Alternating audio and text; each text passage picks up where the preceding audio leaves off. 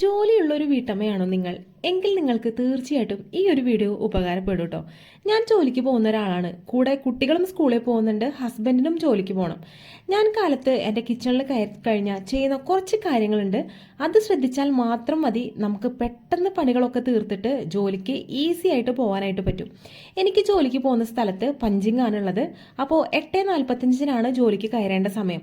ഞാൻ എണീക്കുന്നത് 6:30. ഈ ഒരു സമയത്തിൻ്റെ ഉള്ളിൽ ഞാൻ ചെയ്ത് തീർക്കുന്ന കുറച്ച് കാര്യങ്ങളൊക്കെയാണ് ഈ ഒരു വീഡിയോയിൽ ഉൾപ്പെടുത്തിയിട്ടുള്ളത്. നമുക്ക് ആദ്യം തന്നെ കിച്ചണിൽ എന്തൊക്കെ ഉണ്ടാക്കണം എന്നുള്ള പ്ലാനിങ് തലേദിവസം തന്നെ ചെയ്തു വെക്കണം. അതിനനുസരിച്ചിട്ട് വേണം നമുക്ക് പിറ്റേ ദിവസം കാര്യങ്ങളൊക്കെ ചെയ്യാനായിട്ട്. അപ്പോൾ ഞാൻ തലേദിവസം പ്ലാൻ ചെയ്തിട്ടുണ്ടായിരുന്നു. എന്തായാലും ഇന്ന് ഇഡ്ഡലിയാണ് ഉണ്ടാക്കുന്നത്. അതിന് മാവ് അരച്ച് വെച്ചിട്ടുണ്ടായിരുന്നു.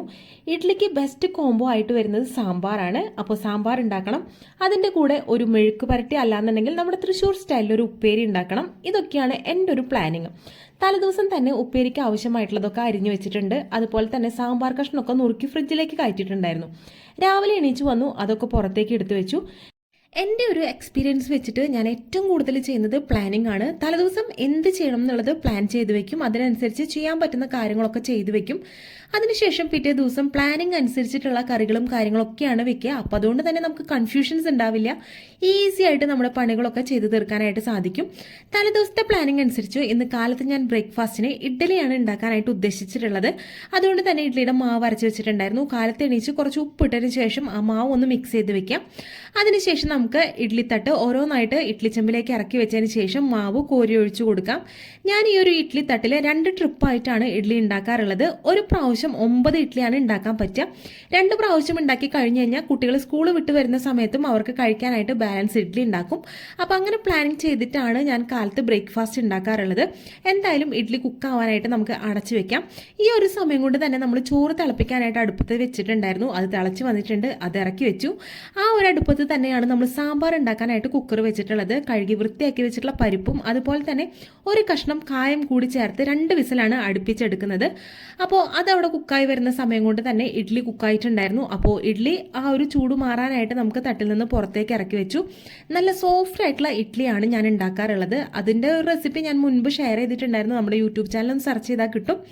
ഇനി നമുക്ക് ഉപ്പേരി കാച്ചിയെടുക്കാം. ഉപ്പേരി കാച്ചിയെടുക്കാനായിട്ട് ഞാൻ കുറച്ച് വെളിച്ചെണ്ണ ഒഴിച്ചു കൊടുത്തിട്ടുണ്ട്. അതിൻ്റെ കൂടെ നമ്മൾ കുറച്ച് ചുവന്നുള്ളിയും വെളുത്തുള്ളിയും ചതച്ചതും കൂടി ചേർത്ത് കൊടുക്കാം. കുറച്ച് കറിവേപ്പിൻ്റെ ഇലയും ചേർത്ത് ആവശ്യത്തിന് മുളക് പൊടിയും അല്ലാന്നുണ്ടെങ്കിൽ ചതച്ച മുളകൊക്കെ ചേർത്ത് കൊടുക്കാം. ഒക്കെ നമ്മുടെ ഇഷ്ടാനുസരണം ചെയ്യാവുന്നതാണ് കേട്ടോ. ഞാൻ എന്തായാലും കുറച്ച് സ്പൈസി ആയിട്ടാണ് ഈ ഒരു ഉപ്പേരി ഉണ്ടാക്കിയെടുക്കുന്നത്. ഇന്ന് അമരപ്പയർ ഉപ്പേരിയാണ്. തലേദിവസം ഞാൻ ഈ ഒരു ഉപ്പേരിയുടെ ഈ ഒരു ഇതൊക്കെ അരിഞ്ഞ് ഫ്രിഡ്ജിൽ മാറ്റി വെച്ചിട്ടുണ്ടായിരുന്നു. അതുകൊണ്ട് തന്നെ നേരം വെളുത്തിട്ട് ഇത് അരിയാനായിട്ടുള്ള മെനക്കെടും കാര്യങ്ങളൊന്നുമില്ല. പെട്ടെന്ന് തന്നെ നമുക്ക് ഉപ്പേരി ഉണ്ടാക്കി എടുക്കാനായിട്ട് പറ്റും കേട്ടോ. ഞാൻ സാധാരണ ജോലിക്ക് പോകുമ്പോൾ 2 തരം കറികളാണ് കൊണ്ടുപോകുക. ഒരു ചാറുകറി ഉണ്ടാവും, അതിൻ്റെ കൂടെ ഒരു ഉപ്പേരിയാണ് മെയിനായിട്ട് ഉണ്ടാവുക. എന്തായാലും ചോറ് നന്നായിട്ട് തിളച്ച് വന്ന് ഉപ്പൊക്കെ ഇട്ടതിന് ശേഷം നമ്മളൊന്ന് ഊറ്റിയെടുക്കുകയാണ്. രണ്ടാമതായിട്ട് നമ്മൾ ഇമ്പോർട്ടൻ്റ് ആയിട്ട് ചെയ്യേണ്ട കാര്യം, തലേദിവസം തന്നെ പ്ലാൻ ചെയ്തിട്ടുള്ള കറികൾക്ക് ആവശ്യമായിട്ടുള്ള പച്ചക്കറികൾ അരിഞ്ഞ് ഫ്രിഡ്ജിലേക്ക് മാറ്റുക എന്നുള്ളതാണ്. തലേദിവസം അരിഞ്ഞു വെച്ചിട്ടുള്ള പച്ചക്കറിയാണ് ഞാനിപ്പോൾ സാമ്പാറിനായിട്ട് ഉപയോഗിക്കുന്നത്. എന്തായാലും പരിപ്പ് 2 വിസിലടിച്ച് വെന്ത് വന്നപ്പോൾ അതിലേക്ക് ആവശ്യമായിട്ടുള്ള കഷ്ണങ്ങളൊക്കെ ഇട്ട് ഞാൻ മാറ്റി വെച്ചിട്ടുണ്ട്. ചൂടാറി വന്നിട്ടുള്ള ഇഡ്ഡലി ഒരു പാത്രത്തിലേക്ക് മാറ്റി. സെക്കൻഡ് ട്രിപ്പ് ഇഡ്ഡലിയാണ് നമ്മളിപ്പോൾ കുക്ക് ചെയ്തെടുക്കാൻ പോകുന്നത്. അപ്പോൾ അത് ഇഡ്ഡലി തട്ടിലേക്ക് ഒഴിച്ച് ആവി കയറ്റാനായിട്ട് നമുക്ക് അടച്ചു വെച്ചു. ഇപ്പോൾ എൻ്റെ ഈ ഒരു സ്റ്റവിൽ 3ലും ഓരോരോ ഐറ്റംസ് ആയിട്ട് ഞാൻ കുക്ക് ചെയ്തെടുക്കുന്നത്. ഒരു സൈഡിൽ ഉപ്പേരി പാകാവുന്നുണ്ട്, അതുപോലെ തന്നെ ഇഡ്ഡലി ഒരു സൈഡിൽ ആവി കയറുന്നുണ്ട്. നടുക്കിലത്തെ അടുപ്പിലാണ് നമ്മൾ സാമ്പാറിനുള്ള കഷ്ണങ്ങളൊക്കെ വെച്ചിട്ട് ഉപ്പിട്ടതിന് ശേഷം അത് 2-3 വിസിലടിക്കാനായിട്ട് വെച്ചേക്കാണ്. അപ്പോൾ അതൊക്കെ ഒന്ന് സെറ്റായി വരുന്ന ആ ഒരു സമയം കൊണ്ട് തന്നെ സാമ്പാറിന് ആവശ്യമായിട്ടുള്ള അരപ്പ് തയ്യാറാക്കിയെടുക്കാം. ഇതെനിക്ക് എൻ്റെ അമ്മ വീട്ടിൽ നിന്ന് തയ്യാറാക്കി തന്നിട്ടുള്ള നാളികേരത്തിൻ്റെ കൂട്ടാണ്. ഇത് വെച്ചിട്ടാണ് ഞാൻ സാമ്പാർ ഉണ്ടാക്കിയെടുക്കാറുള്ളത്. അപ്പോൾ നാളികേരം വറക്കാനായിട്ടുള്ള സമയം എനിക്ക് അവിടെ നിന്ന് ലാഭമാണ് കിട്ടിയിട്ടുള്ളത്. അപ്പോൾ ഞാനത് കുറച്ച് വെള്ളം ഒഴിച്ചതിന് ശേഷം നന്നായിട്ട് അരച്ചെടുത്തു. ഈ ഒരു സമയം കൊണ്ട് തന്നെ നമുക്ക് തോരനിലേക്ക് കുറച്ച് നാളികേരം കൂടി ചേർത്ത് കൊടുക്കാം. നമ്മളിവിടെ ഉണ്ടാക്കുന്ന എല്ലാ തോരൻ അല്ലാന്നുണ്ടെങ്കിൽ ഉപ്പേരികളിലും നാളികേരം ആഡ് ചെയ്യാറുണ്ട്. അപ്പോൾ അതും ചേർത്ത് നേരെ നമ്മൾ ഇറക്കി വെച്ചു.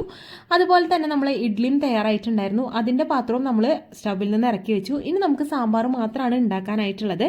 അരച്ച് വെച്ചിട്ടുള്ള അരപ്പ് നമ്മൾ ഈ ഒരു സാമ്പാർ വെന്ത് വന്നിട്ടുള്ളതിലേക്കും കൂടി ആഡ് ചെയ്ത് കൊടുക്കുകയാണ്. അതുപോലെ തന്നെ ആവശ്യത്തിന് വെള്ളം കൂടി ചേർത്ത് കൊടുക്കുന്നുണ്ട്. ആവശ്യത്തിന് ഉപ്പ് ചേർത്ത് കൊടുക്കാം. പിന്നെ നമ്മൾ കുറച്ച് പുളി പിഴിഞ്ഞ് വെച്ചിട്ടുണ്ടായിരുന്നു, വാളൻ പുളി, അതിൻ്റെ വെള്ളം കൂടി ചേർത്ത് കൊടുത്തിട്ടുണ്ട്. അപ്പോൾ അതവിടെ നന്നായിട്ട് തിളച്ച് വരുന്ന സമയം കൊണ്ട് തന്നെ നമുക്ക് കുറച്ച് ക്ലീനിങ് കാര്യങ്ങളൊക്കെ ചെയ്യാം. നമ്മുടെ ഈ ഒരു കൗണ്ടർ ടോപ്പും കാര്യങ്ങളൊക്കെ നന്നായിട്ട് തുടച്ച് ക്ലീൻ ചെയ്തെടുക്കാം. ഈ ഒരു സമയം കൊണ്ട് നമുക്ക് കഴുകാനായിട്ടുള്ള പാത്രങ്ങളൊക്കെ കഴുകിയെടുക്കാം. ഏറ്റവും കൂടുതൽ മെനക്കെട്ടൊരു പണിയാണ് പാത്രങ്ങൾ കഴുകുക എന്നുള്ളത്.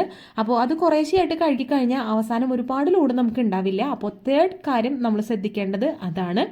ഇനി നമുക്ക് സാമ്പാർ ഒന്ന് കാച്ചിയെടുക്കാം. അപ്പോൾ അതിന് വേണ്ടുന്ന കുറച്ച് കാര്യങ്ങളൊക്കെ ആഡ് ചെയ്തതിന് ശേഷം നമ്മൾ സാമ്പാർ ഒന്ന് കാച്ചിയെടുത്ത് കഴിഞ്ഞാൽ നമ്മുടെ സാമ്പാറും സെറ്റ് ആയിട്ടുണ്ട് കേട്ടോ. ഇനിയും എനിക്ക് കുറച്ച് സമയം കൂടി ബാലൻസ് ഉണ്ട്. ക്ലീനിങ്ങും കാര്യങ്ങളൊക്കെ കഴിഞ്ഞതിന് ശേഷം വേണമെന്നുണ്ടെങ്കിൽ നമുക്കൊരു ചട്നിയോ അല്ലാന്നുണ്ടെങ്കിൽ ഈ ഒരു ഇഡ്ഡലിക്ക് ചമ്മന്തിയോ തയ്യാറാക്കാം. ഞാൻ എന്തായാലും അത് ചെയ്യുന്നില്ല. അപ്പോൾ അത്യാവശ്യത്തിന് കറികളും കാര്യങ്ങളൊക്കെ ആയിട്ടുണ്ട്. കൂടുതലായി കഴിഞ്ഞാൽ അമൃതവും വിഷം എന്നല്ലേ പറയാം. അപ്പോൾ അതുകൊണ്ട് തന്നെ ഈ ഒരു കറികളും കാര്യങ്ങളൊക്കെ ആയിട്ട് ഇന്ന് അങ്ങോട്ട് പോട്ടെ എന്ന് വിചാരിച്ചു. ഇനി നമുക്ക് മെയിനായിട്ട് ചെയ്യാനായിട്ടുള്ളത് ക്ലീനിങ് ആണ്. ഈ ഒരു കൗണ്ടർ ടോപ്പും അതുപോലെ തന്നെ ഗ്യാസ് സ്റ്റവും അതുപോലെ തന്നെ നമ്മൾ കുക്ക് ചെയ്യാനായിട്ട് ഉപയോഗിച്ചിട്ടിരുന്ന ഗ്യാസ് സ്റ്റവിൻ്റെ തൊട്ട് പിറകിലായിട്ടുള്ള ചെമ്പറിൻ്റെ ഭാഗത്തൊക്കെ ഒരുപാട് കറികളും കാര്യങ്ങളൊക്കെ തെറിച്ചിട്ടുണ്ടാവും. അതൊക്കെ നല്ല രീതിയിലൊന്ന് ക്ലീൻ ചെയ്യണം. കുക്കിങ്ങും ക്ലീനിങ്ങും മാത്രം ചെയ്താൽ പോരാ, നമ്മൾ ഉണ്ടാക്കി വെച്ചിട്ടുള്ള ഓരോ ഐറ്റംസും സെപ്പറേറ്റ് ആയിട്ട് പാത്രങ്ങളിലേക്ക് മാറ്റി വെക്കേണ്ടതുണ്ട്. അപ്പോൾ ആദ്യം തന്നെ ചേട്ടന് കൊണ്ടുപോകാനായിട്ടുള്ള ഫുഡാണ് ഞാൻ പാത്രത്തിൽ മാറ്റി വെക്കുന്നത്. ചേട്ടന് ചോറും കറികളൊക്കെ പാത്രത്തിലാക്കി മാറ്റി വെച്ചു. സെക്കൻഡ് എനിക്കാണ് പാക്ക് ചെയ്യുന്നത്. അപ്പോൾ ഞാൻ കുറച്ച് ചോറും അതുപോലെ തന്നെ കൂടുതലും അമരപ്പയർ തോരനാണ് എടുത്തിട്ടുള്ളത്. അതുപോലെ തന്നെ കല്യാണിക്കും ഉള്ളത് അവളുടെ പാത്രത്തിലാക്കി മാറ്റി വെച്ചേക്കാണ്. അക്ഷയ് സാധാരണ സ്കൂളിൽ പോകുന്ന സമയത്ത് ലഞ്ച് ബോക്സ് കൊണ്ടുപോകാറില്ല, കാരണം അവൻ സ്കൂളിൽ നിന്നാണ് ഫുഡ് കഴിക്കാറുള്ളത്. അപ്പോൾ ഞങ്ങൾക്ക് 3 പേർക്കും ആവശ്യമായിട്ടുള്ള ഫുഡും കാര്യങ്ങളൊക്കെ സെപ്പറേറ്റ് ആയിട്ട് മേശമ കൊണ്ട് മാറ്റി വെച്ച് കഴിഞ്ഞാൽ നമുക്ക് സ്കൂളിലേക്കായാലും ജോലിക്ക് പോകുന്ന സമയത്തായാലും വേഗം വന്നിട്ട് എടുത്ത് നമ്മുടെ ബാഗിൽ വെച്ച് കൊണ്ടുപോകാനായിട്ട് പറ്റും. അപ്പോൾ ഇങ്ങനെയാണ് ഞാൻ ജോലിക്ക് പോകുന്ന ദിവസങ്ങളിലുള്ള മോർണിംഗ് സമയത്ത് ഞാൻ കാര്യങ്ങളൊക്കെ മാനേജ് ചെയ്യുന്നത്. നിങ്ങൾക്ക് തീർച്ചയായിട്ടും എൻ്റെ ഈ ഒരു വീഡിയോ ഉപകാരപ്രദമായെന്നാണ് ഞാൻ വിശ്വസിക്കുന്നത്. എന്തായാലും തീർച്ചയായിട്ടും നമ്മുടെ വീഡിയോ ഇഷ്ടപ്പെട്ട് കഴിഞ്ഞാൽ നിങ്ങൾ നമ്മുടെ ചാനലൊന്ന് സപ്പോർട്ട് ചെയ്യാനായിട്ട് മറക്കരുത് കേട്ടോ. അപ്പോൾ എന്തായാലും അടുത്തൊരു കിട്ടില്ല മീഡിയം ആയിട്ട് കാണാം. അതുവരേക്കും ബായ്.